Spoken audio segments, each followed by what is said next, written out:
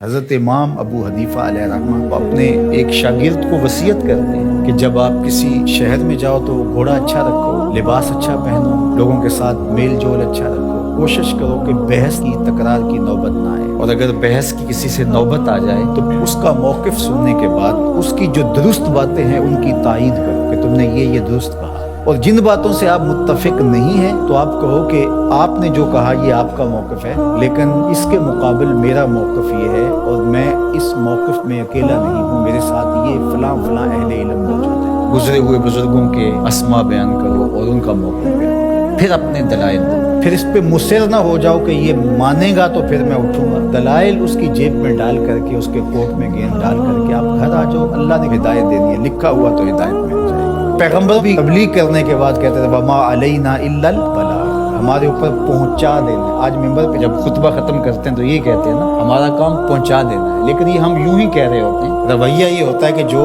ہمارے موقف کو تسلیم نہیں کرے گا وہ دار اسلام سے خارج ہے۔ تو ایسا نہیں ہے، وما علینا الا البلاغ، ہمارا کام پہنچا دینا ہے۔ پیغمبروں سے بھی یہی کہا گیا، رسولوں سے بھی وما علیک الا البلاغ، محبوب آپ کا کام پہنچا دینا ہے۔ دل موڑے گا رب تو موڑ دے گا، یہ اس کے قبضہ قدرت میں ہے۔ تو اس لیے کسی بھی عمل کے اندر تبلیغی امور ہوں، اعمال ہوں، رویے ہوں، گفتگو ہو، طرز معاشرت ہو، اس میں حد سے تجاوز نہیں کریں۔